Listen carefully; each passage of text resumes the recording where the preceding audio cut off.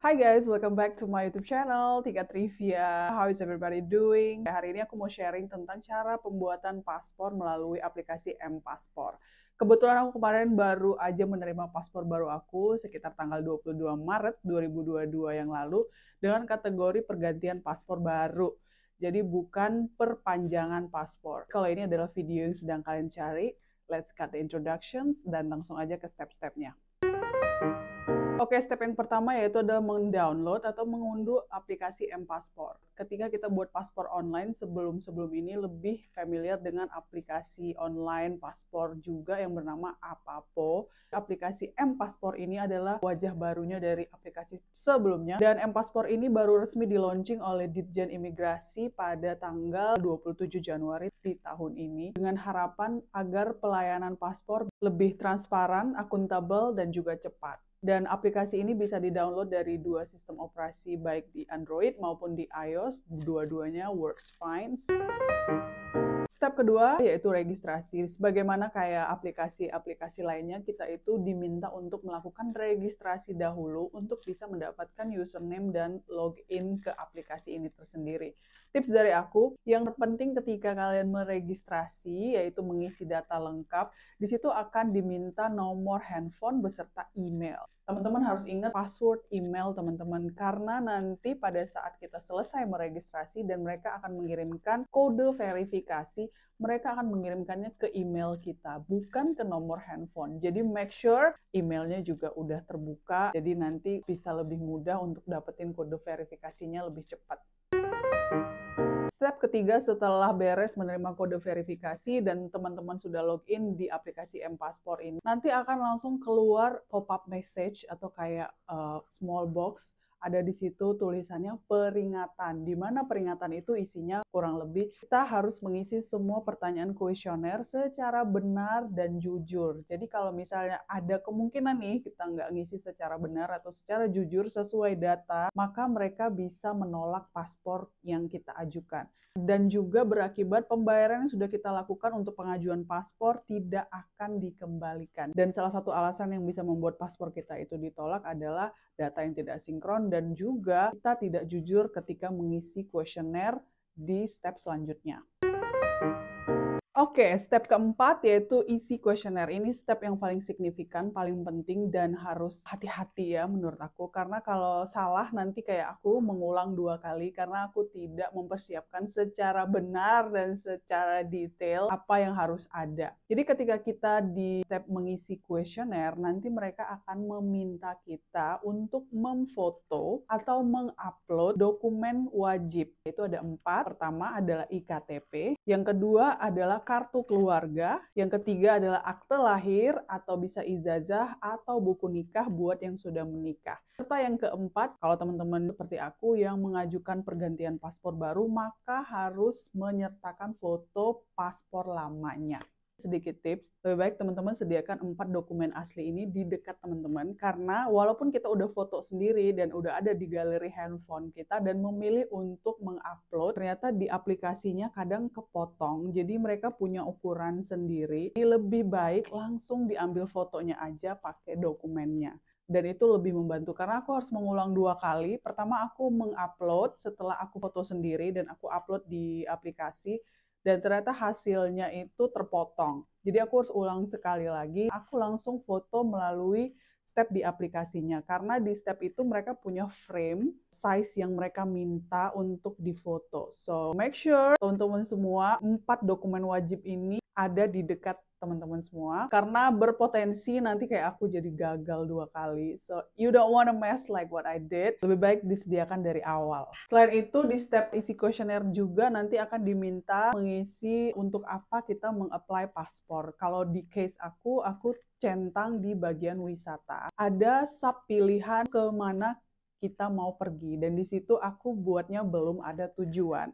Jadi selain itu opsi lainnya, tujuan untuk membuat paspor ada yang untuk tenaga kerja asing, umroh, kerjaan, dan lain-lain. Aku agak-agak lupa karena kemarin nggak sempat tercapture karena aku nggak berpikir mau buat video ini, but actually I was making this video anyway. Dan jangan lupa untuk pilih tempat imigrasi yang akan kita datangi. Nanti di situ akan muncul beberapa tempat sesuai daerah teman-teman tinggal. Dan juga kita diminta untuk memilih tanggal kedatangan ke kantor imigrasi tersebut. Jadwalnya bisa kita tentukan sendiri kapan kita mau berangkat. Kalau di case aku, kebetulan pada saat aku apply itu masih banyak banget kuotanya buat hari berikutnya. Jadi aku memilih di hari berikutnya. Tergantung domisili teman-teman di mana tinggalnya dan kantor imigrasi yang teman-teman pilih. Mungkin aja tanggal yang kita mau itu kuotanya udah penuh. Tapi di aplikasi M-Passport ini cukup bagus karena mereka memperlihatkan sisa kuota di hari-hari tersebut, sisanya tinggal berapa. I think this is such a good application. Jadi kita bisa tahu, bisa lihat kira-kira tanggal yang nyaman dan kuotanya masih ada itu di tanggal dan kapan.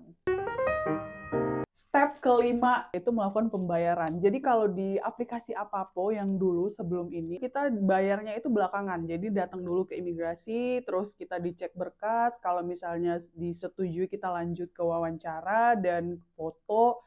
Setelah itu kita akan diminta untuk membayar, selanjutnya baru kita bisa mengambil paspor. Tapi kalau di aplikasi M-Passport yang sekarang, kita itu diwajibkan untuk bayar dahulu. Setelah kita selesai mengisi semua kuesioner dan berhasil, nanti akan dikirimkan melalui email bahwasanya permohonan pengajuan paspor kita itu disetujui dan mereka akan memberikan detail nomor billing dan waktu yang harus kita lakukan untuk pembayaran. Dan di sini teman-teman perhatikan dengan baik karena waktunya itu cukup singkat. Kayak case aku kemarin, aku apply itu sekitar jam 10 pagi dan setelah aku berhasil mendapatkan email, ternyata waktu pembayaran aku itu hanya sampai jam 12 siang di hari yang sama. Karena mungkin aku kan pilih tanggal kedatangan ke kantor imigrasinya besok harinya. Jadi bisa jadi aku harus melakukan pembayaran di hari itu juga. Dan ini ada satu kesulitan yang aku alami. Aku nggak tahu kalau teman-teman di sini yang udah buat paspor duluan melalui M-Passport dan bisa berhasil melakukan pembayaran melalui M-Banking. Jadi aku coba melalui M-Banking dan cari menu pembayaran pajak atau pemasukan negara ya, uang negara, pemasukan negara kalau nggak salah. Karena aku sempat googling cari tutorial gimana cara membayar paspor secara online.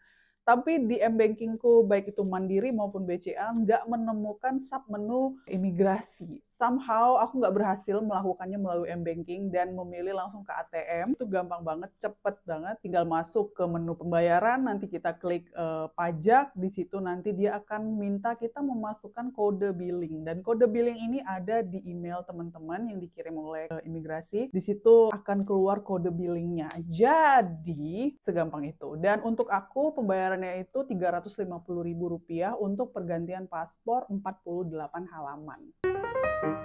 Alright, we move on to step number 6. Step ke-6 yaitu persiapkan berkas fisik secara teliti sebelum kita ke kantor imigrasi. Nah, ini juga biar jadi nggak kejadian kayak aku, karena pada saat aku ke kantor imigrasi keesokan harinya, ternyata ada 2 dokumen yang aku salah, baik itu salah ukuran dan kurang, karena akunya yang kurang teliti ya, so it's actually my fault. Oke, kita kembali dulu. Setelah kita melakukan pembayaran dan berhasil, nanti di aplikasi M-Passport dia akan berubah statusnya menjadi pembayaran berhasil, dan juga kita akan kembali dikirimkan email bahwasanya pembayaran kita sudah berhasil. Dan di situ juga dia akan terterakan kapan jadwal kita datang ke kantor imigrasi yang kita tentukan sendiri waktunya, tanggalnya, beserta tempat kantornya. Di situ akan ada catatan dalam capital merah warnanya, kalau kita tidak hadir pada jadwal yang sudah ditentukan, maka pengajuan paspor kita akan dibatalkan dan dana yang sudah kita store ke negara tidak bisa dikembalikan. You have to take note on this. Jadi make sure ketika teman-teman memilih tanggal, memang adalah tanggal yang teman-teman bisa dan yakin pasti hadir. Terus apa aja berkas yang harus teman-teman prepare nih sebelum datang ke kantor imigrasi? Kurang lebih berkasnya sama seperti yang kita upload di aplikasi M-Passportnya itu sendiri, yaitu IKTP, kartu keluarga, ijazah atau akte lahir atau buku nikah, paspor lama kalau teman-teman sudah pernah punya paspor. Satu lagi jangan ketinggalan adalah surat pengantar menuju Kanim. Ini penting karena ini aku kemarin lupa, jadi aku harus download dulu dari aplikasinya dan pergi cari tempat ngeprint baru bisa balik lagi ke kantor imigrasi. Dan untuk dapetin surat pengantar dari Kanim ini gampang, tinggal di scroll aja di aplikasi M-Passport. Dia itu sebenarnya paling bawah. Jadi karena kemarin aku kurang teliti, Aku nggak scroll sampai ujung paling bawah karena aku pikir doesn't have anything on below. Nah, 5 dokumen ini harus ada. Selain itu juga difotokopi 1 rangkap. Kalau mau 2 rangkap juga boleh. Setelah itu jangan lupa untuk bawa perangko. Bukan. Jangan lupa bawa materai ya. Materai yang 10.000, satu aja cukup. Oh iya, satu lagi, fotokopi KTP-nya usahakan dalam size lembaran A4. Ini yang terjadi di kantor imigrasi tempat aku melakukan pengajuan. Mereka nggak terima size fotokopi aku yang kecil karena aku nggak tahu. Jadi aku pikir ya sama-sama aja kayak kita kasih fotokopi KTP ke instansi-instansi yang lainnya. Ternyata it's not. And that's it. Actually, that's all you need to bring. That's all you need to prepare. You are ready to go to get your new passport. Hai guys, selamat pagi. Aku udah siap-siap, ready. Aku mau berangkat sekarang. Yaitu kita mau urus paspor. Di dokumennya udah siapin. Aku udah klip dokumen ini yang asli. Ini fotokopinya klip jadi 2 rangkap. Biar di sana nanti tinggal urus aja. Mudah-mudahan semuanya lancar. Aku pilih kanimnya itu di belakang Padang. Untuk ke kantor imigrasi di belakang Padang agak sedikit challenging karena kita harus naik pancung. Pancung itu semacam kapal kayu gitu yang ada mesin di belakangnya. Kurang lebih perjalanannya sekitar ya 15-20 menit. Jadi ini aku mau coba urus lagi paspor aku yang udah expired. Mudah-mudahan dalam tahun ini bisa dipakai traveling. Amin. Guys, let's go. Sudah sampai, mari kita menuju kapal pancungnya. Satu lagi tips, karena ini kita mau langsung wawancara dan foto, jadi make sure kita nggak pakai baju warna putih, karena setahu aku backgroundnya itu warna putih. So pakai baju yang cerah-cerah dan jangan lupa makeup dikit biar nggak kelihatan pucat di fotonya, tapi jangan makeup yang berlebihan karena itu juga nggak boleh. Alright?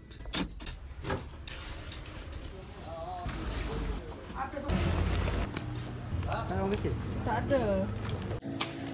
Ini apa tuh? Makasih. Ini balikan aja, balikan aja. Balikan aja. Balik. Kita aja, mungkin aja. Kasih. Balikan aja. Makasih Pak. Iya, sama-sama. Biasalah kalau cewek yang lawan kayak gitu.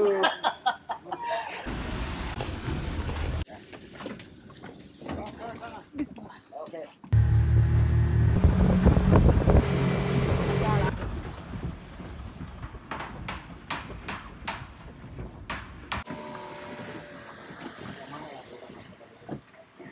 Sumpah demi apa, tadi aku pas mau naik bot, terus ada bapak-bapak baik banget. Dia ngasih aku naik bot gratis, karena dia charter kan, jadi nggak ada orang lain, dan botnya cepet. Terus aku disuruh naik aja, alhamdulillah ya Allah. Nah itu imigrasinya deket aja dari sini, jalan kaki juga nyampe. Seperti biasa, nggak ada yang mulus ya.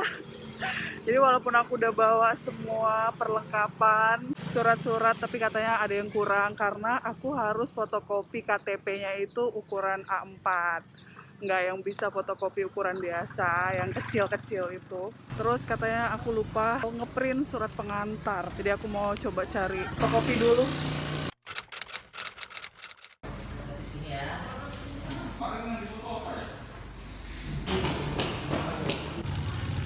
Dan pengalaman aku selama proses di kantor imigrasi itu kurang lebih 30 menit lah ya, 20-30 menit aja. Cepet banget, dikarenakan juga pada hari aku datang itu nggak terlalu banyak orang. Jadi mungkin hanya sekitar 6 atau 7 orang yang juga lagi buat paspor. Dan di case aku pada saat foto juga langsung diwawancara oleh bapaknya. Pertanyaannya juga cukup standar, kayak nama lengkap, mereka minta nomor handphone, kerabat ketika ada emergency, alamat kita, pekerjaan kita, dan juga dia tanya tujuan aku buat paspor untuk apa. Dan waktu itu aku jawab sama bapaknya aku ada rencana traveling mungkin di akhir tahun, jadi dari sekarang aku mau prepare pasportku biar nanti nggak buru-buru, dan bapaknya so far so good. Tadi udah selesai semuanya dan kata bapaknya paspornya bisa diambil dalam waktu 4 hari kerja. Jadi karena ini hari Rabu baru bisa diambil hari Selasa depan. Karena hari Sabtu Minggu itu nggak dihitung hari kerja. Nanti aku update lagi karena aku harus ke sana lagi untuk ngambil paspornya. But now I have to go because it's very hot right now. Woof. Oke, the last step, step ke-8 yaitu pengambilan paspor. Dan ini bisa kita ambil 4 hari kerja setelah kita melakukan pengajuan di kantor imigrasi. Dan dokumen yang perlu kita bawa cuma 2, yaitu ada satu kertas seperti receipt yang sebelumnya udah dikasih ke kita pada saat kita selesai berfoto. Dan satu lagi adalah bukti pembayaran paspor. Catatan, karena kemarin aku bayarnya melalui ATM dan kan pakai struknya jangan dibuang guys. Thank God aku kemarin nggak buang struknya. Bapaknya bilang mengingat tintanya gampang pudar, jadi dia minta untuk difotokopi dan dibawa sekalian dengan surat tanda terima yang sebelumnya udah dikasih ke kita pada saat selesai foto untuk paspor.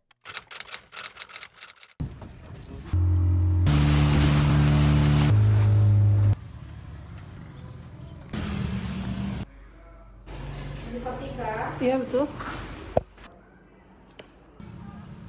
Finally it's done! And that's it guys. Simple itu prosesnya melalui M-Passport. Menurut aku secara pribadi setelah menggunakan M-Passport, oh by the way this is not an endorsement video. Jadi ini video nggak di-endorse sama sekali ya. Emang aku lagi cerita pengalaman aja. Lebih baik, lebih cepat, lebih efisien. Cuman mungkin aku masih ada kendala untuk sistem pembayaran melalui M-Banking. Tapi selebihnya semuanya berjalan sangat lancar, mulus, dan I think it's a good job from immigrations that they are doing something better on the system. So guys, mudah-mudahan step-step yang aku share barusan bisa membantu dan semoga berhasil buat pasportnya. And if you already did and get your new passport, happy traveling and see you around. Satu lagi, aku sangat butuh support kalian untuk terus bisa di YouTube bersama Tika Trivia. Jadi jangan lupa untuk di subscribe, likes, dan komen juga pengalaman kalian di daerah kalian buat paspor melalui M-Passport itu sekarang bagaimana. And I see you on my next video.